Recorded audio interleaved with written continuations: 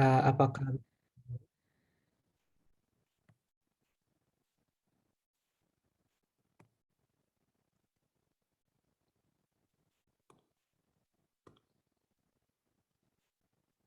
halo? Apakah suara saya terdengar dengan jelas? Halo Kak, Terdengar, jelas. kedengaran Kak. Oke. Jelas Kak. Ini juga udah kelihatan ya? Iya. Oke. Oke. Pertama perkenalkan dulu, nama saya Alvaro Lucas. Saya sebagai tutor biologi. Apalagi ya? Saya sekarang itu mahasiswa baru di kedokteran UGM. Dan sekarang kita akan belajar tentang anabolisme. Kalau misalkan kalian ada pertanyaan, boleh nanti di belakangan aja. Kecuali kalau emang nggak ngerti apa kita ngomongin apa, boleh langsung on mic aja ya biar buat tanya. Soalnya ini sepertinya chatnya nggak akan muncul di layar saya. Terus selama saya ngajar, saya akan lebih banyak lihat ke bawah karena layar saya ada di bawah sini. Di depan sini cuma kamera. Oke? Iya Kak. Eh, Oke Kak. ya, makasih. Ya udah, kita mulai aja anabolisme. Pertama, apa itu anabolisme? Anabolisme itu pembentukan senyawa kompleks dari senyawa yang lebih sederhana. Nah, kemarin kalau kalian sudah ikut kelas-kelas sebelumnya, terutama kelas yang kemarin hari Sabtu, kalian sudah belajar tentang metabolisme. Ada dua, yaitu katabolisme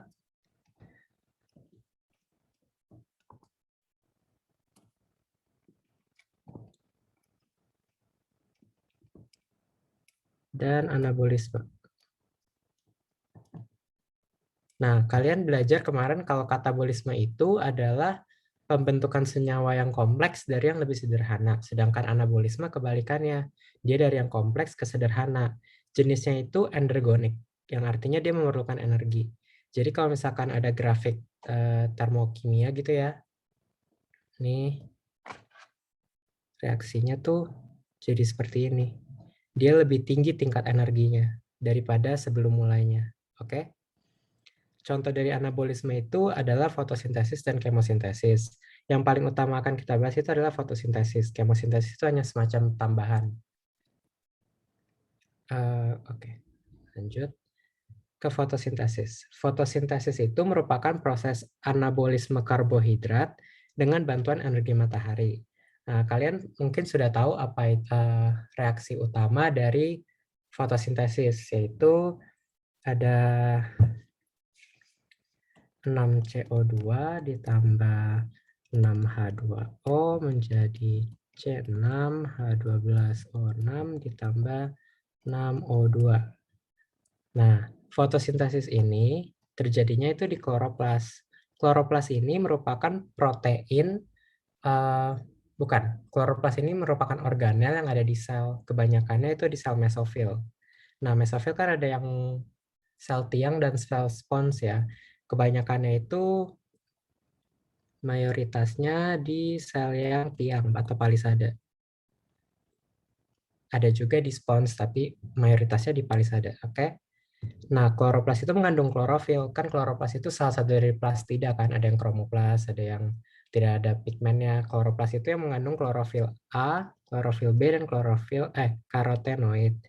Nah, klorofil A itu warnanya hijau. Klorofil B itu warnanya hijau kebiruan.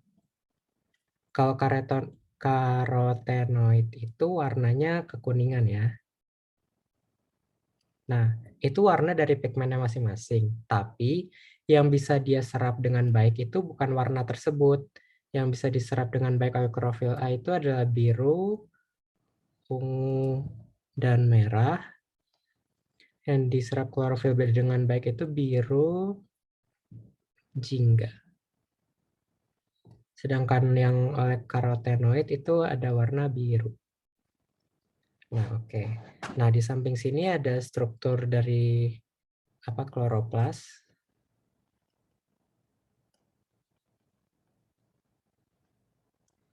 Kak, aku mau Kloroplas tanya. ya. Itu yang warna pertama itu yang kenapa? Terus nanti baru tanahnya itu kan warna yang diserap dengan baik. Oke, oke.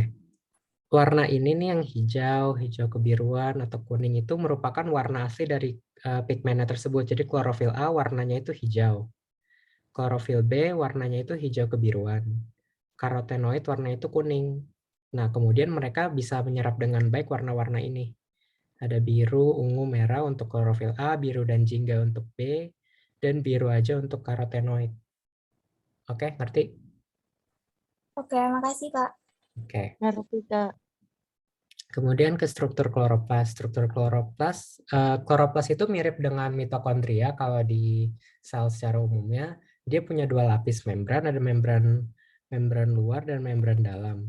Nah, kemudian ada struktur yang namanya tilakoid. Tilakoid itu tuh semacam kayak cakram.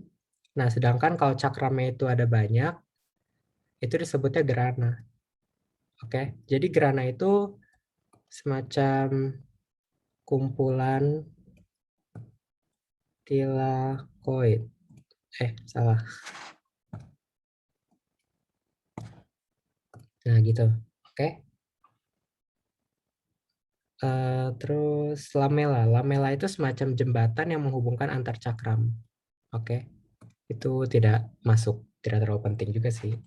Tapi cukup tahu aja. Nah, kemudian ada stroma. Stroma itu mirip seperti sitosol atau apa namanya? Sitoplasma dalam sel. Jadi itu semacam ruang kosong isinya ada cairan di dalam struktur kloroplas ini. Oke. Terus lanjut ke fotosistem.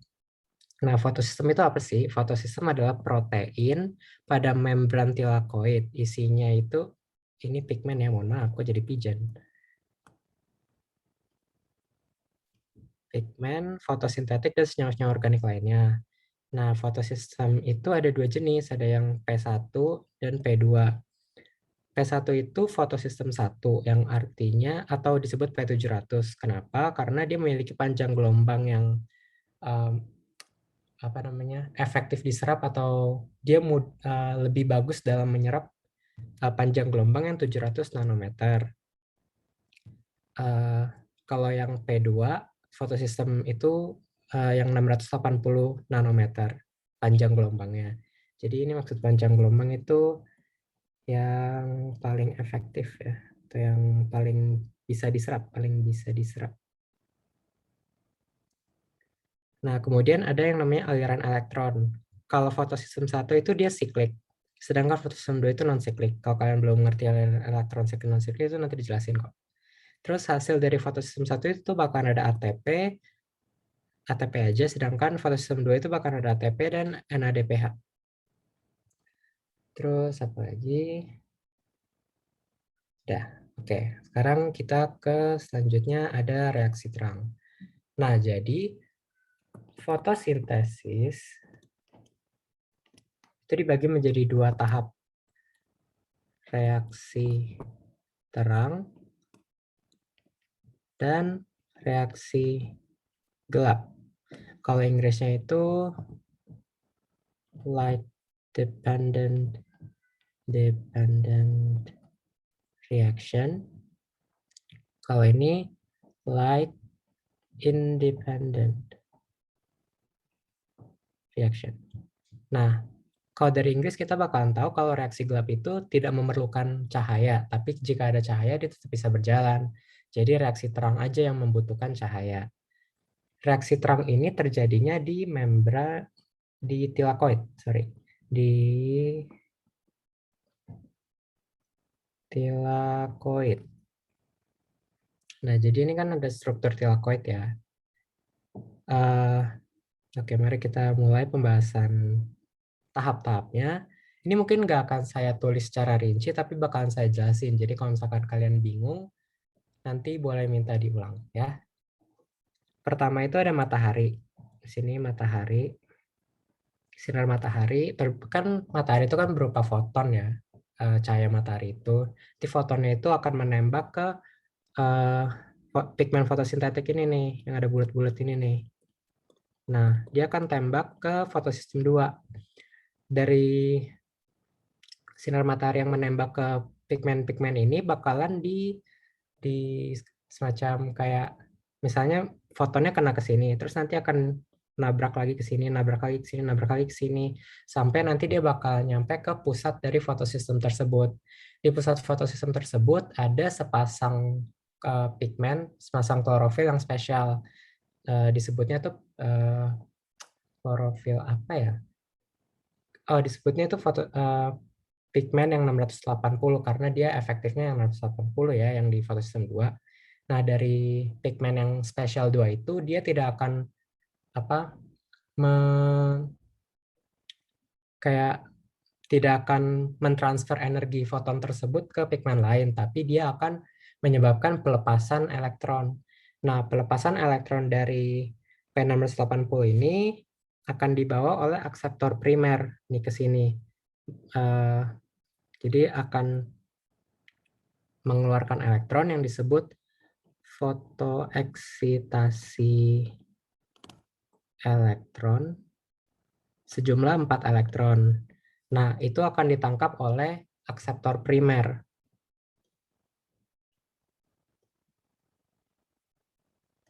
Namanya feofitin. Nah, kemudian setelah keluar 4 elektron kan fotosistem 2 jadi nggak stabil dong. Nah, cara untuk menstabilkannya itu cahaya matahari juga memecah yang namanya H2O atau air. Nah, proses pemecahan ini itu disebut fotolisis. Foto artinya ya cahaya, lisis itu artinya pemecahan. Nah, jadi airnya itu dipecah menghasilkan oksigen, terus ada elektron dan ada H+. Nah, 4 elektron yang dihasilkan dari fotolisis ini akan menggantikan elektron yang kekurangan dari fotosistem 2 ini, jadi biar stabil lagi. Nah, kemudian elektron yang tadi keluar itu, yang tereksitasi, dia akan dibawa jalan-jalan sepanjang membran ini. Nah, pertama dia akan masuk ke plastoquinon, kemudian dia akan masuk ke kompleks sitokrom. Plastoquinon, kompleks sitokrom. Kemudian dia akan masuk ke plastosianin. Nah, karena dia jalan-jalan di sekitar membran ini, dia menyebabkan perbedaan muatan. Kan elektron itu negatif ya. Nah, jadi ada perbedaan muatan di sini menyebabkan si 4H+ ini yang tadi hasil dari H2O itu bakalan terlempar keluar karena ada perbedaan gradien konsentrasi, gradien muatan. Makanya dia bakalan keluar. Kemudian ini dari plastosianin kan ada 4 tadi, 2-nya itu akan masuk ke fotosistem 1. Nah, kenapa masuk ke fotosistem 1? Karena di fotosistem 1 akan terjadi reaksi yang mirip, ditembak juga oleh cahaya matahari. Kemudian cahaya matahari itu kan akan menyebabkan fotoeksitasi 2 elektron. Jadi akan keluar 2 elektron dari fotosistem 1. 2 elektron yang tadi digantikan oleh 2 elektron dari fotosistem 2 yang tadi udah jalan-jalan lewatin membran ini. Nah, kemudian 2 elektron lainnya dari yang 4 itu akan dibawa ke ferredoxin. Ferredoxin ini kemudian akan menyalurkan sebagai akseptor elektron terakhir, yaitu NADPH, membentuk NADP+ membentuk NADPH. Nah, terus 2 elektron yang tadi keluar dari fotosistem 1 itu kemana? Nah, yang keluar dari fotosistem 1 itu dia akan jalan-jalan juga. Caranya dia mulai dari, sebenarnya ini dia mulai ke ferredoxin.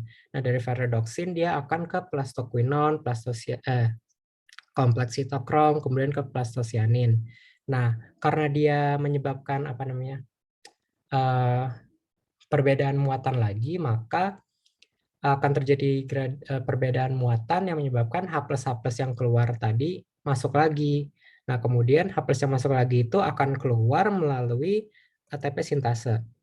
ATP sintase ini akan menyebabkan fotofosforilasi atau pembentukan ATP dengan bantuan cahaya. Jadi ini pembentukannya fotofosforilasi. Nah, jadi itu fungsi 4H+ yang tadi keluar masuk. Ketika dia keluar lewat ATP sintase, dia akan membentuk ATP. Terus tadi yang 2 elektron itu setelah ke plastosianin, dia balik lagi ke fotosistem 1. Makanya itu disebut aliran siklis. Nah, terus kok di sini ada ATP juga? Nah, ini tuh maksudnya jalan-jalannya elektron dari fotosistem 1 itu menyebabkan perbedaan gradien konsentrasi yang terus-menerus. Akibatnya banyak H+ yang keluar masuk, dan jika dia seandainya keluar dari ATP sintase, maka akan membentuk ATP. Oke? Ada yang mau ditanyain nggak? Atau bingung? Atau aku yang kecepatan? Mau tanya Kak, kalau foto ekstasi itu apa ya? Sorry, bisa diulangin? Foto ekstasi itu yang Oke. Foto eksitasi.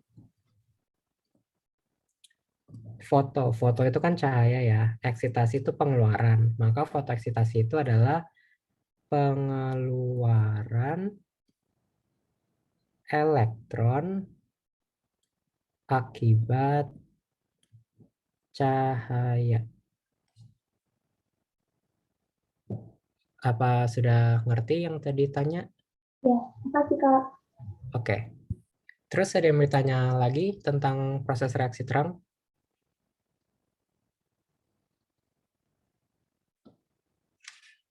Nggak ada ya? Oke. Kalau nggak ada, kita lanjut ke reaksi gelap. Reaksi gelap ini kan tadi kita sebut bahasa Inggrisnya light independent reaction. Nah, jadi reaksi gelap ini tidak memerlukan cahaya, tetapi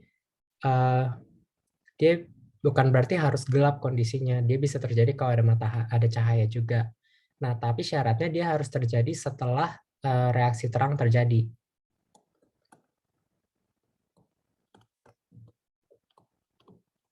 Setelah reaksi terang. Nih, tidak tergantung cahaya. Nah, terjadinya itu di stroma. Stroma itu kan tadi yang bagian kosong dari kloroplas ya.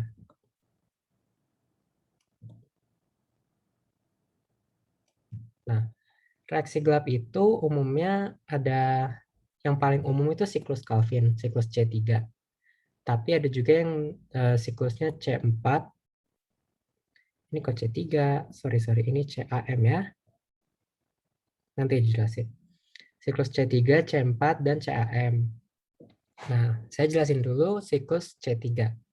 Siklus C3 itu yang ada di samping sebelah sini. Ini siklus Calvin namanya, atau siklus Calvin-Benson.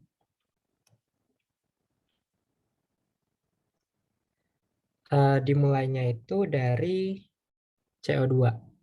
Nah,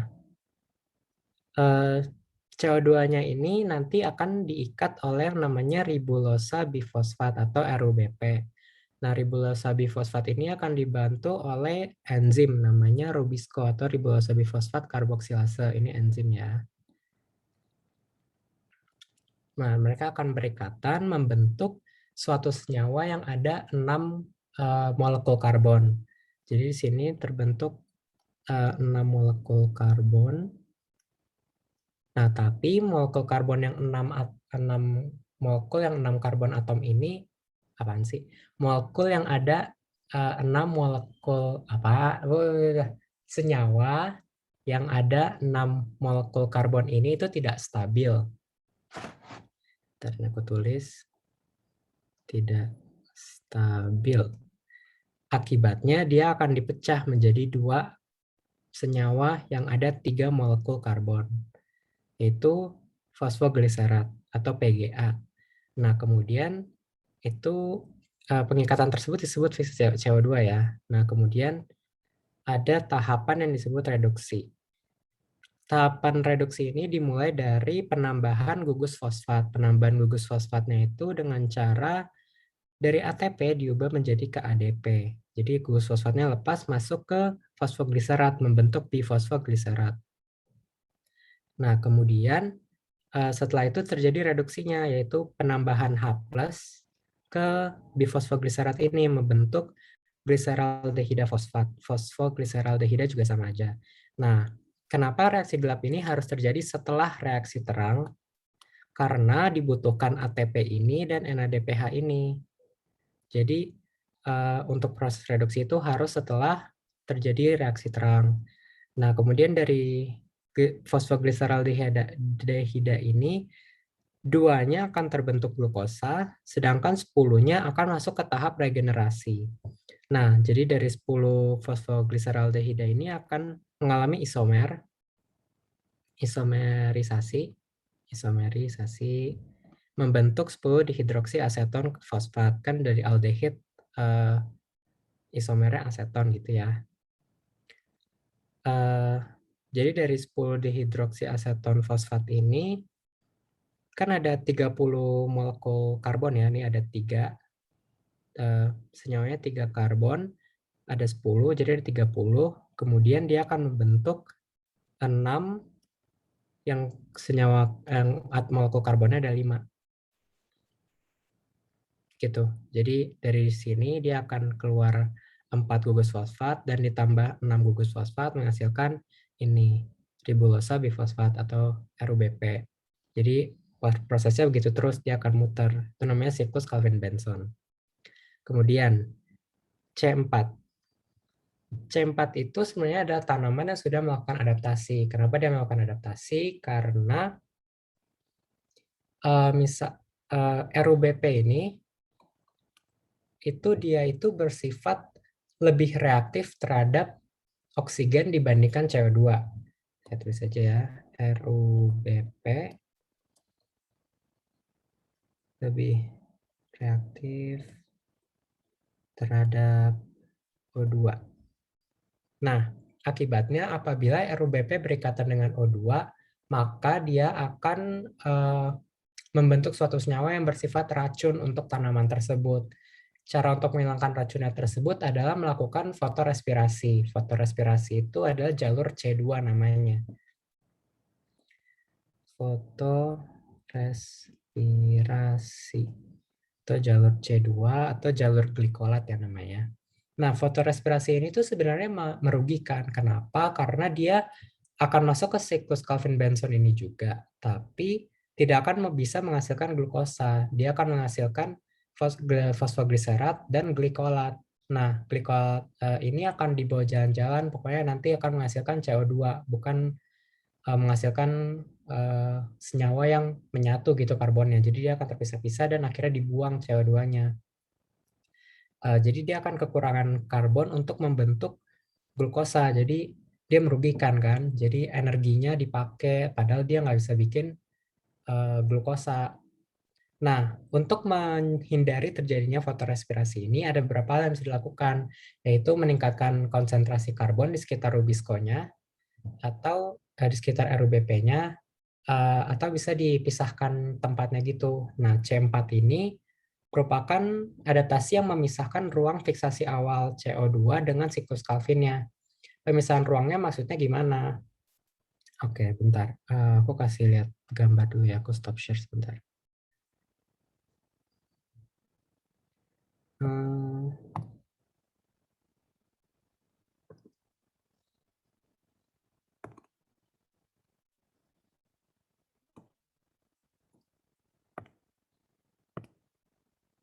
Oke.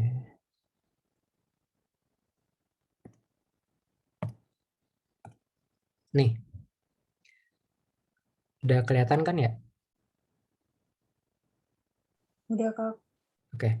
Nah, jadi pemisahan tempatnya itu CO2 akan difiksasi di sel mesofil. Kemudian terjadinya siklus Calvin itu akan di bundle sheath cell atau namanya seludang pembuluh. Sini aja. Coret.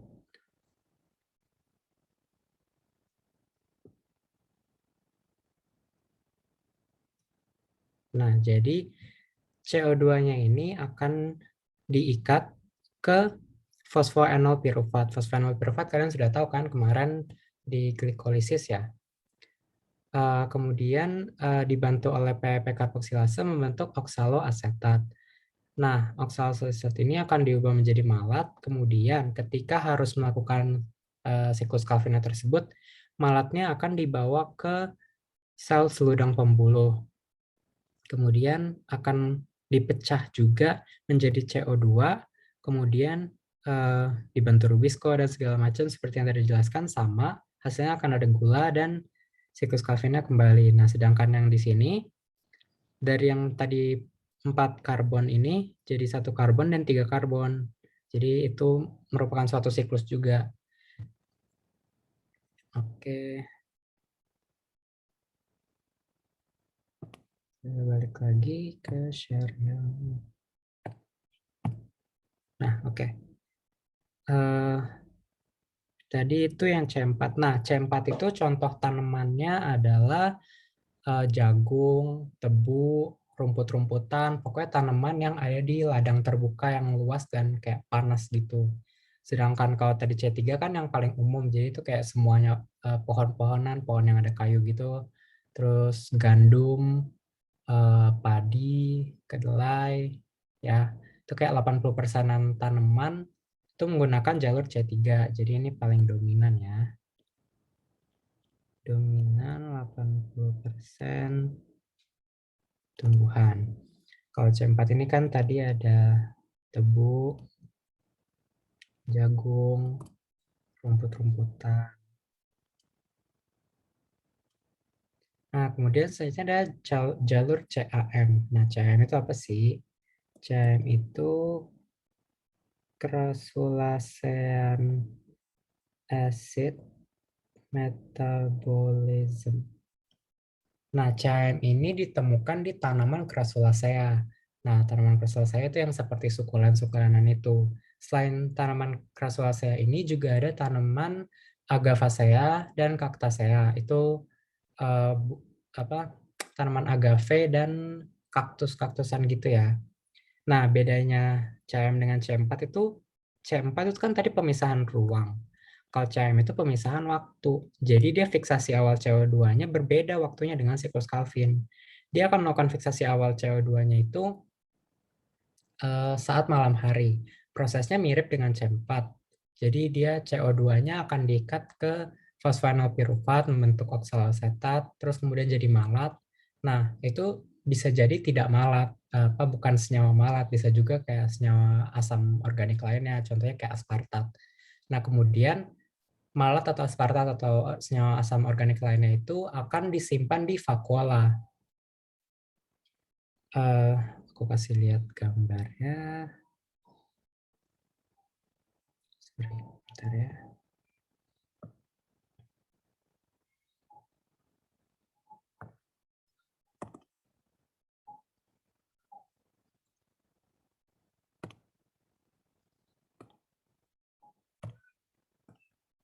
Nah,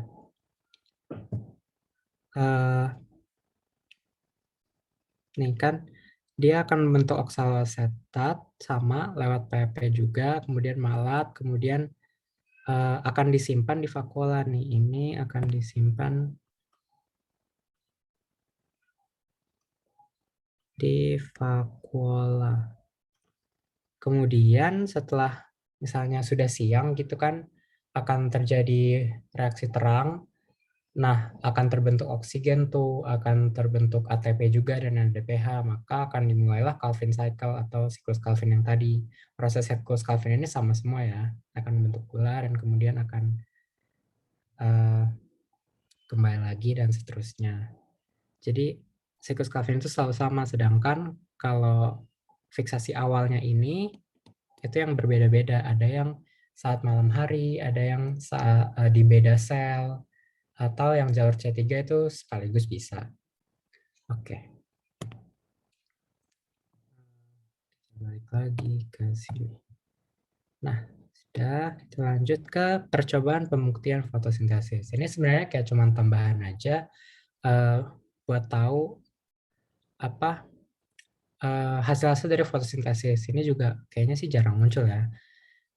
Yang pertama itu ada in-greenhouse.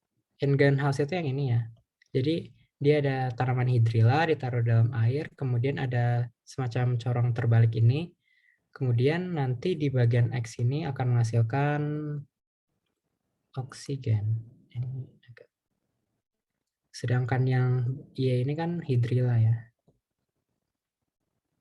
Nah, Itu percobaan Ingenhouse. Dia membuktikan kalau fotosintesis itu menghasilkan oksigen. Cara taunya gimana? Nah, jadi nanti ini setelah selesai maka akan ditutup gitu dengan jempol begini, terus nanti akan dilepas di depan api. Kalau misalkan apinya membara semakin besar, itu artinya banyak oksigen. Kemudian ada percobaan Sachs. Percobaan Sachs ini dia yang itu loh apa? Yang daun ditutupin terus dibiarin seharian buat berfotosintesis, kemudian akan direbus dalam alkohol untuk melarutkan klorofil dan segala macam. Dan ketika ditetesi oleh Lugol gitu ya, bagian yang tidak tertutup itu akan terbukti adanya amilum atau glukosa gitu. Jadi membuktikan bahwa fotosintesis itu menghasilkan glukosa. Kemudian ada percobaan Engelmann. Percobaan Engelmann itu yang sebelah sini. Nah, percobaan Engelmann ini dia itu untuk membuktikan efektivitas kepanjangan gelombang cahayanya, terus dia membutuhkan kloroplas dan menghasilkan oksigen. Caranya dia menggunakan tanaman spirula atau spirulina gitu, yang seperti ini nih, yang ini. Nah, itu kan dia ada spiral gitu kan. Nah, di bagian yang ini kan tidak ada klorofil karena dia tidak hijau di sini kan. Nah, ternyata saat dia percobaan tuh menemukan bahwa daerah-daerah sini nih gitu ya, itu tuh rame dengan bakteri aerobik atau bakteri yang membutuhkan oksigen. Nah, terus dia juga menemukan bahwa bakteri itu akan lebih padat di spektrum cahaya sekitaran merah dan warna biru atau violet. Nah, hijaunya itu tidak. Kenapa? Mungkin karena klorofil kan warnanya hijau ya. Jadi warnanya itu lebih dipantulkan daripada diserap. Jadi itu percobaan Engelmann yang membuktikan efektivitas gelombang cahaya tertentu, membutuhkan kloroplas dan klorofilnya, dan menghasilkan oksigen. Terus ada percobaan lilin, ini mungkin percobaan yang paling simpel ya. Percobaannya itu jadi dalam suatu situasi yang vakum akan ditaruh lilin, dan mungkin ini ada seekor tikus ya. Kalau misalkan vakum kan jadi nggak ada oksigen yang bisa keluar masuk kan, jadi lama-kelamaan akan mati dan apinya tidak bisa menyala. Sedangkan jika ada tanaman, tanaman itu akan menghasilkan oksigen yang kemudian akan membuat apinya bisa menyala terus dan hewannya bisa nafas. Jadi itu percobaan lilin, menghasilkan oksigen. Oke, kita lanjut ke yang terakhir, kemosintesis. Kemosintesis itu merupakan suatu proses apa ya namanya? Semacam anabolisme juga tentunya, dia tapi menggunakan energi kimia. Di sini itu disebutnya reaksi oksidasi. Reaksi oksidasi, pembentukan senyawa oleh bakteri kemoautotrof. Kemoautotrof itu seperti tanaman. Tanaman itu kan disebut fotoautotrof. Fotoautotrof itu artinya dia bisa menghasilkan makanan sendiri dengan bantuan foto, yaitu cahaya. Kalau di sini kemoautotrof, dia bisa menghasilkan makanan sendiri dengan bantuan kemo, yaitu kimia. Contoh-contohnya itu ada nitritasi. Nitritasi itu dari NH14 gitu ya ditambah O2 karena oksidasi akan membentuk NO2, dan NO2 itu disebut nitrit. Bakterinya itu Nitrosomonas dan Nitrosococcus. Ingatin aja ini ada So-nya, ini ada So-nya. Sedangkan kalau nitratasi dia akan membentuk dari NO2 ditambah O2 juga menghasilkan NO3 disebut nitrat. Bakterinya itu ada Nitrobacter dan Nitrococcus. Sedangkan Nitrosococcus tadi nitrit ya. Nitrococcus yang nggak ada So-nya itu nitrat. Kemudian ada bakteri besi. Bakteri besi ini dia mengubah ion F2+ menjadi Fe3+. Nama bakterinya Thiobacillus ferrooxidans. Ingatin aja, ferro itu artinya besi ya. Oke, kemudian ada bakteri hidrogen. Bakteri hidrogen itu dia mengubah H2 tambah O2 membentuk H2O. Bakterinya itu ada hidrogenobakter. Ingatin aja itu ada hidrogen ya, kan gampang. Kemudian ada bakteri metana. Bakteri metana itu dia mengubah CH4 tambah O2 menjadi CO2 dan H2O. Ini reaksinya tidak setara ya. Jadi kalian jangan main tulis ini aja, harus disetarain dulu. Nanti kimia pasti belajar kok. Oleh bakteri metanonas. Jadi dia metana basically kayak dibakar menghasilkan CO2 dan H2O. Nah, setiap hasil dari oksidasi ini dia akan ada energi. energi ini akan digunakan untuk sintesis glukosa. Nah, bahan untuk sintesis glukosanya itu ada dari CO2 atau CO3, itu karbonat, dan metanol. Gitu ya, dia akan menghasilkan glukosa. Oke, sampai sini ada yang mau ditanyain nggak? Soalnya habis ini kita kuis.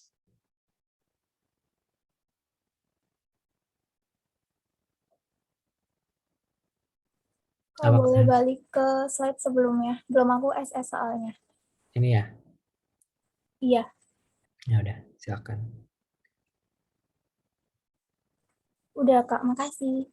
Oke, ada yang mau tanya nggak sebelum kita kuis?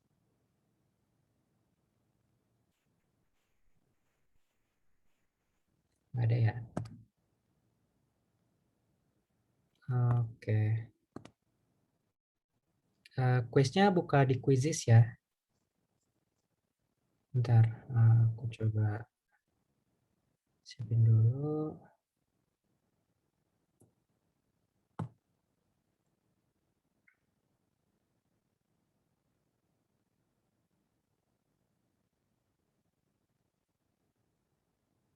Udah. Buka di Join My Quiz, kodenya 2900877. Aku share di chat.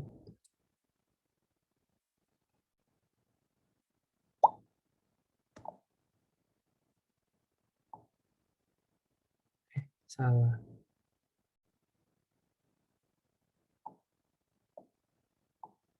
Itu ya.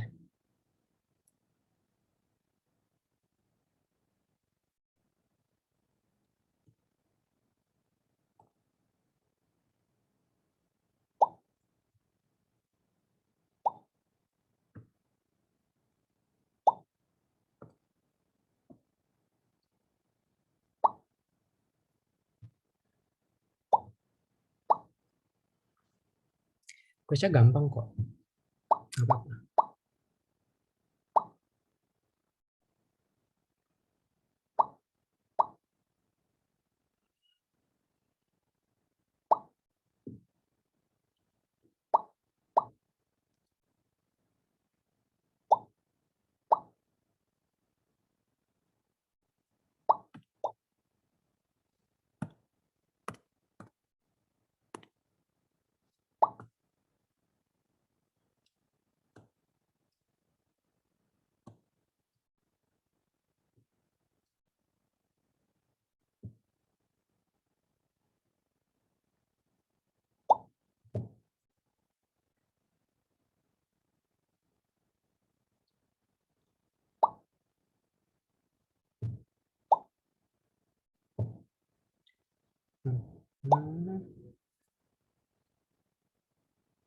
Ya, baru 26 ini. Ikut aja kuisnya, gampang kok.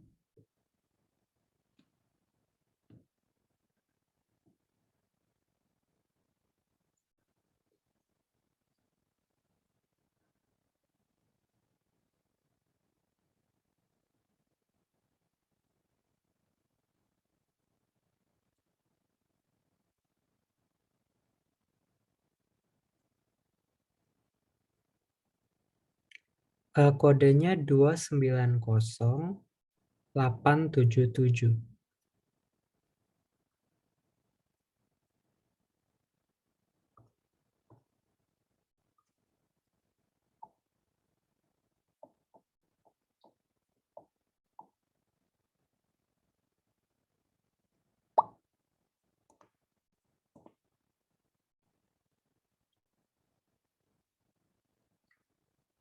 Ya, baru ber-28, kita ada ber-35 ya.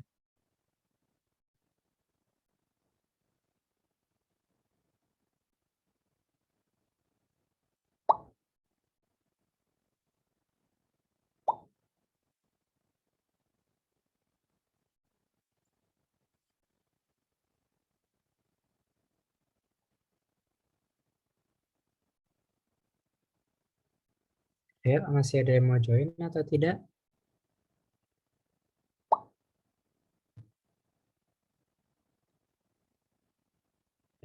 Tungguin 2 menit lagi deh.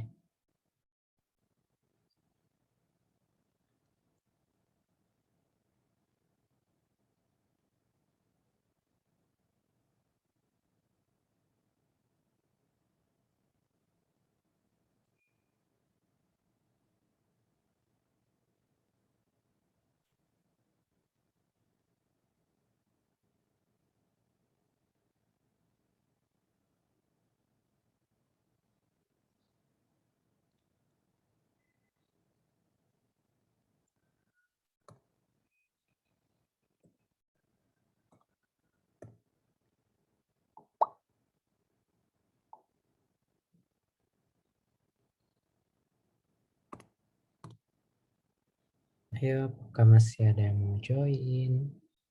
Atau mulai aja nih?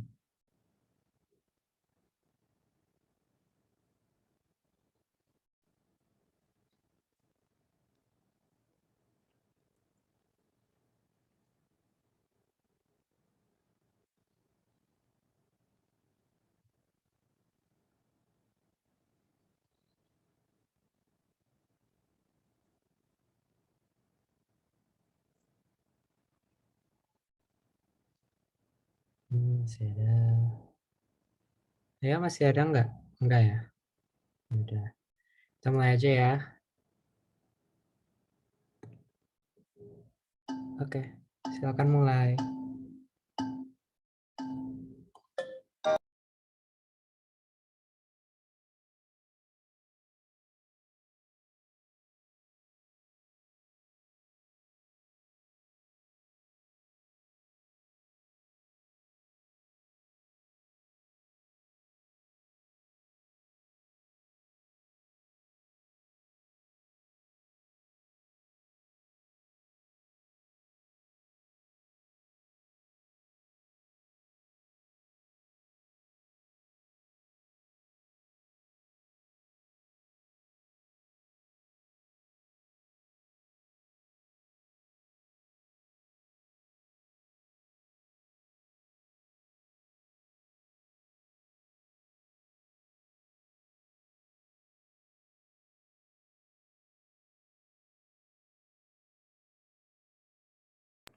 Ini kita lagi kuis, sudah dimulai live quiznya. Nggak apa-apa, nanti kita bahas kok kuisnya.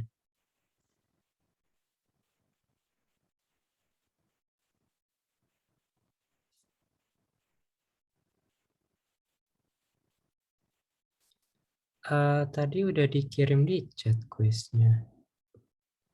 Ini live quiz bisa join lagi nggak ya? Kita coba aja nih.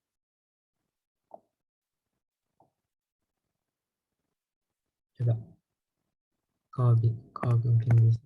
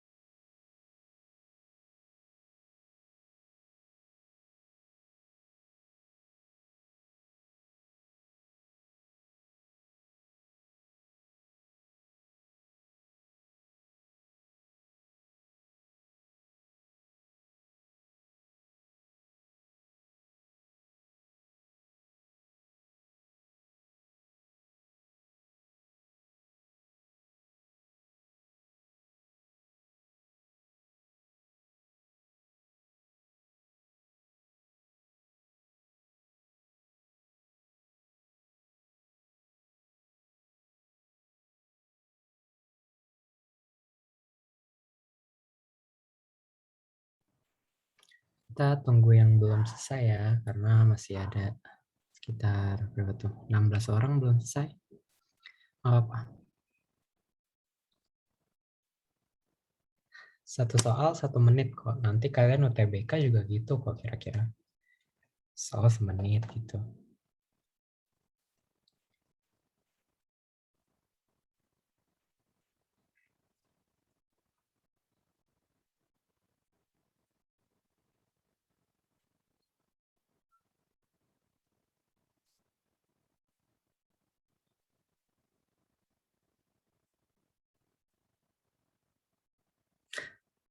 Aku dari kedokteran UGM.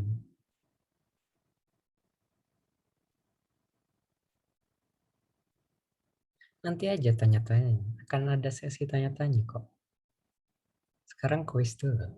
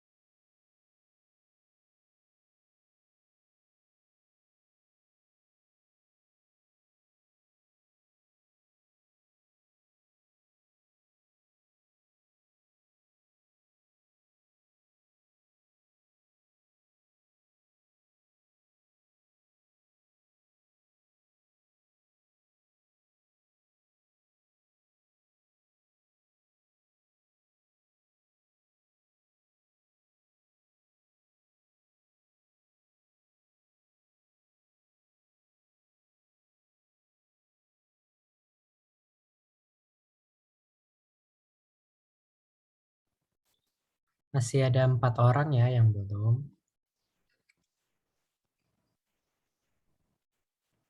Apakah ada yang kendala gitu? Udah masuk tapi nggak bisa kerjain atau gimana?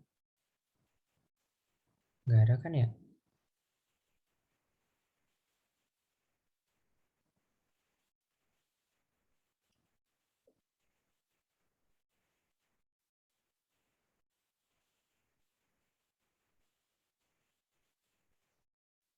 Ini kita lagi kuis, ngerjain kuisis gitu. Tapi ini udah dimulai dari tadi. Kalau kamu baru masuk kayaknya nggak bisa join lagi deh. Nggak apa-apa, nanti kita bakalan bahas semua soalnya kok. Tapi yang penting ini yang udah ikut selesai dulu aja.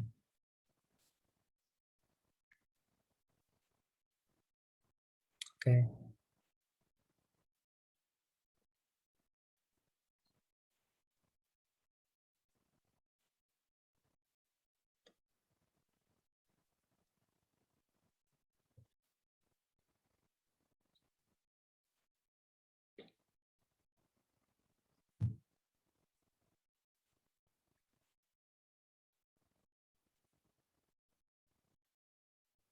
Nah, kemosintesis itu sebenarnya kayak cuman tambahan kok.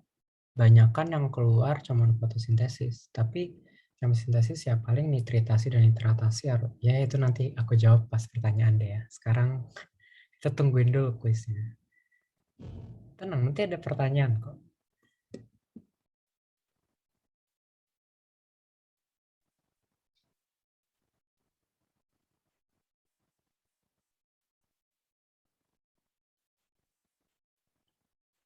Oke, ini tinggal satu yang belum, tapi ini tidak mengisi sama sekali ya.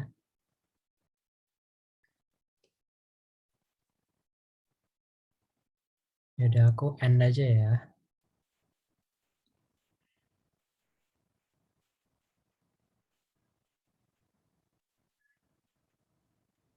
Oke, peringkat satunya ada di Sukma ya. Terus ada peringkat 2-nya Lin, dan ketiga tadi siapa kelewatan. Yang ketiganya Caca. Oke. Sekarang kita bakalan bahas soalnya. Share screen.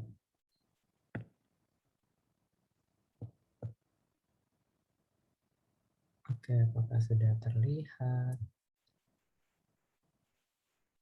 Hitam ya? Atau terlihat tidak? Hitam, Kak. Oke. Hitam.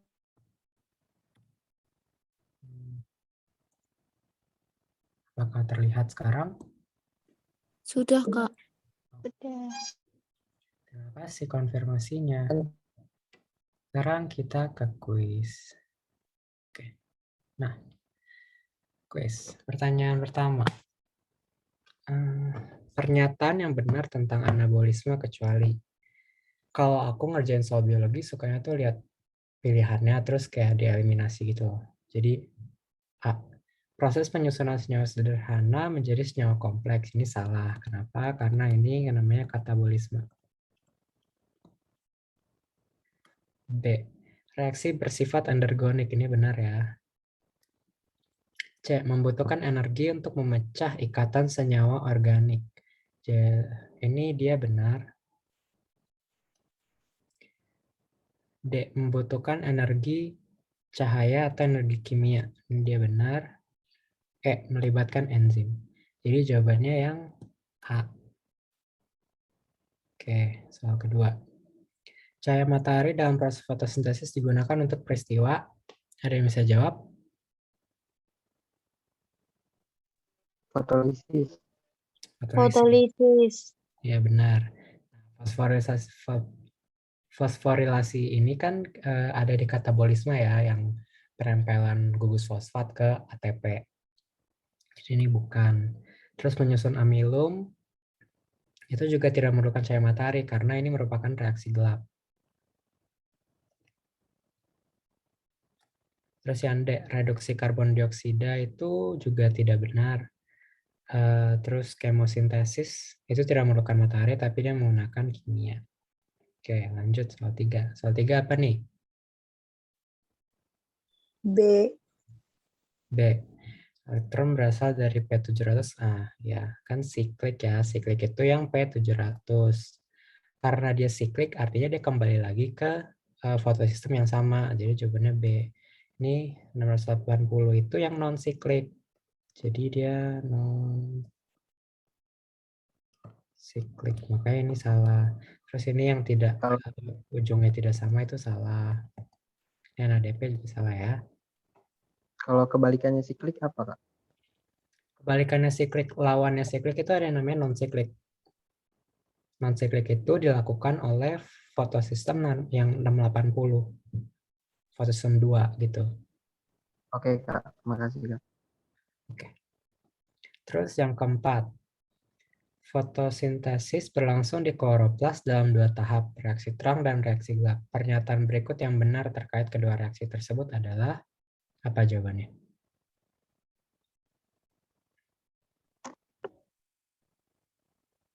Yang D. Yang D. Yang D, Kak. Yang D. Iya, yang D, Kak. Reaksi gelap berlangsung dalam stroma dan dihasilkan glukosa. Oke, benar. Reaksi gelap itu yang di stroma, jadi gelap di stroma, sedangkan yang di tilakoid atau di grana itu yang terang. Nih, terang. Jadi dia tidak menghasilkan glukosa. Oke, udah jelas ya ini. Terus yang 5, reaksi terang non-siklik menghasilkan apa? C. C. Ya, C. Yang C. Nah, kalau iya C. Kalau ATP doang ini kan dia siklik ya. Nah, kalau NADPH doang itu juga salah karena dia juga ada oksigen, ada ATP, ini juga salah, kurang lengkap, dan ini jelas salah karena ada glukosa. Glukosa itu gelap ya. Iya, Kak. Terus 6. Oksigen yang dihasilkan selama peristiwa fotosintesis berasal dari Penguraian air. Bentar dah. Penguraian air. Iya benar. Penguraian karbon dioksida itu salah. Dari udara juga kurang tepat. Fiksasi karbon dioksida itu reaksi gelap. Siklus Calvin itu tidak menghasilkan oksigen. Kok hilang?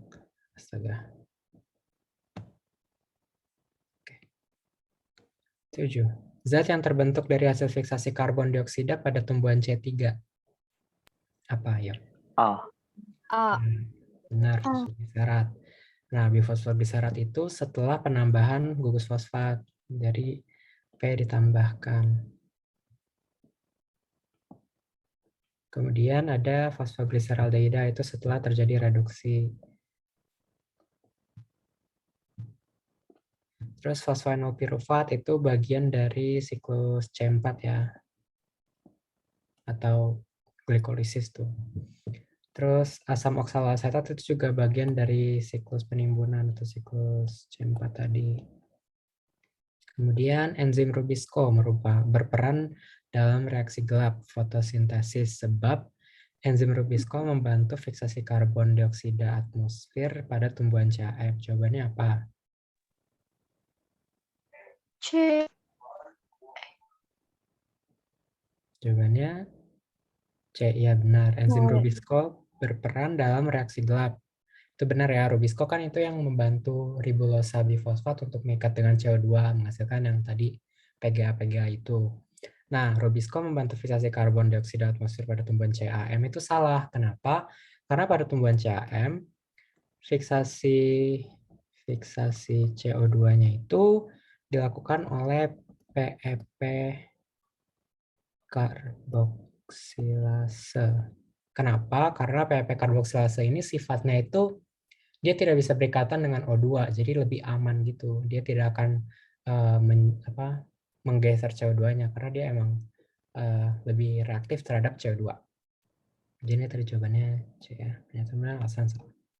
Dan yang 9, jika dalam kultur sel berhijau daun dialirkan gas karbon dioksida dan disinarkan matahari, yang terjadi adalah satu pembebasan oksigen yang berasal dari air, fotosintesis air, penyerapan sinar terutama nilai dan merah, dihasilkan panas. Yang benar yang mana? C. C2 dan 4. Akan terjadi fotolisis air dan dihasilkan panas. Ya benar. Pembebasan oksigen yang berasal dari air.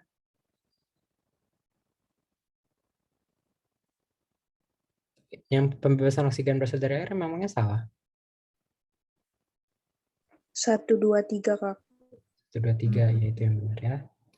Nah, kenapa yang 4 salah dihasilkan panas? Padahal dihasilkan ATP juga kan dari reaksi terang. Nah, salah karena panasnya tersebut akan digunakan langsung, jadi tidak akan dilepas ke lingkungan. Jadi jawabannya yang A, yang 4 salah. Kemudian yang nomor 10, perbedaan mendasar antara fotosintesis dan kemosintesis adalah zat yang dihasilkan, organisme, energi yang dihasilkan dan digunakan. Yang mana jawabannya? C, Kak. C, iya benar. Jawabannya, jawabannya sesuai kan ya? Jangan tiba-tiba yang salah. Ya sudah. Oke.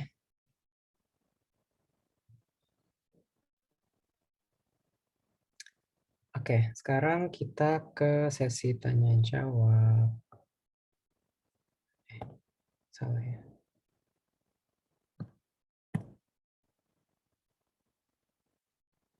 Ada yang mau ditanya nggak dari tadi? Boleh tentang pelajarannya atau terserah lah mau tanya apa gitu. Sama ini ya, tolong diisi. Ntar aku cariin linknya dulu. Itu yang mana tuh yang kebalik? Aku baru lihat chatnya. Yang nomor 1. Yang nomor 1, Kak. Nomor 1.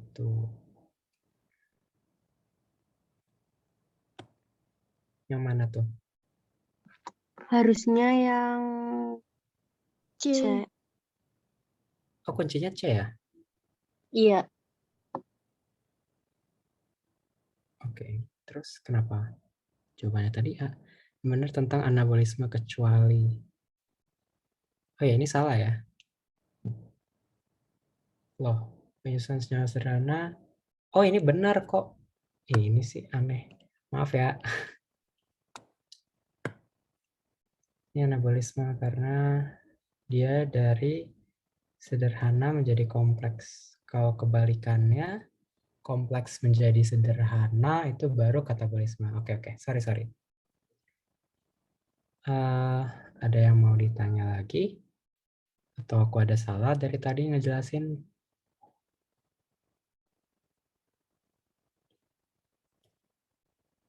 Aku cari link ini dulu. Oh. Nah, stop share.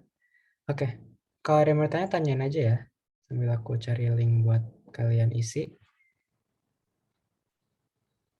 Yay, berarti udah selesai nih sekarang. Waduh, mungkin kecuali ada yang ngaco gitu kan, terus mau dibenerin, silahkan. Ada yang nanya tuh Kak Alvero di chat. Kak Tessa boleh kirimin linknya agak? Oh iya, Udah iya deh, hilang nih, bentar. Kak. Tapi itu ada yang nanya di chat tuh. Iya. Ya. Oke. Itu ya guys, feedbacknya sambil diisi ya, sambil Q&A. Kak, tadi anabolisme melibatkan enzim. Itu ada enzim apa aja ya, Kak, selain Rubisco? So, enzimnya sebenarnya kalian nggak perlu tahu banget, karena ada enzim juga yang buat mengubah bentuknya kan, yang isomeran itu. Itu kayak aku sendiri nggak tahu, karena itu nggak penting. Jadi kayak cukup tahu Rubisco aja, karena itu namanya mirip dengan yang ribulosa bifosfatnya. Terus ada enzim apa lagi tuh? Kayaknya aku tahu cuma Rubisco deh. Jadi kayak kalian nggak usah tahu yang lain, nggak apa-apa kok. Terus ada yang nanya lagi, tumbuhan C3 itu apa sih Kak? Aku nggak ngerti. Oke, tumbuhan C3. Nama C3 itu kan dapat dari yang tadi siklus Calvin. Karena siklus Calvin itu kan dari yang 5 karbon, yang ribosa bifosfat ditambah 1 dari CO2, jadi ada 6 kan. Nah, 6 itu tidak stabil, makanya dia membentuk jadi 3. Yang kayak PGA, PGAL gitu. Itu kan ada 3 karbon kan. Itu namanya C3.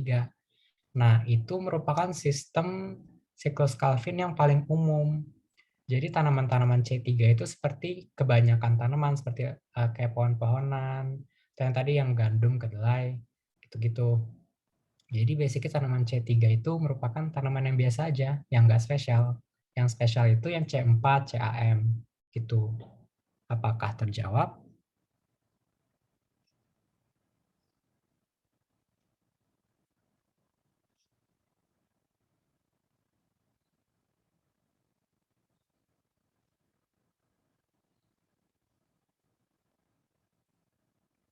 Atau masih bingung?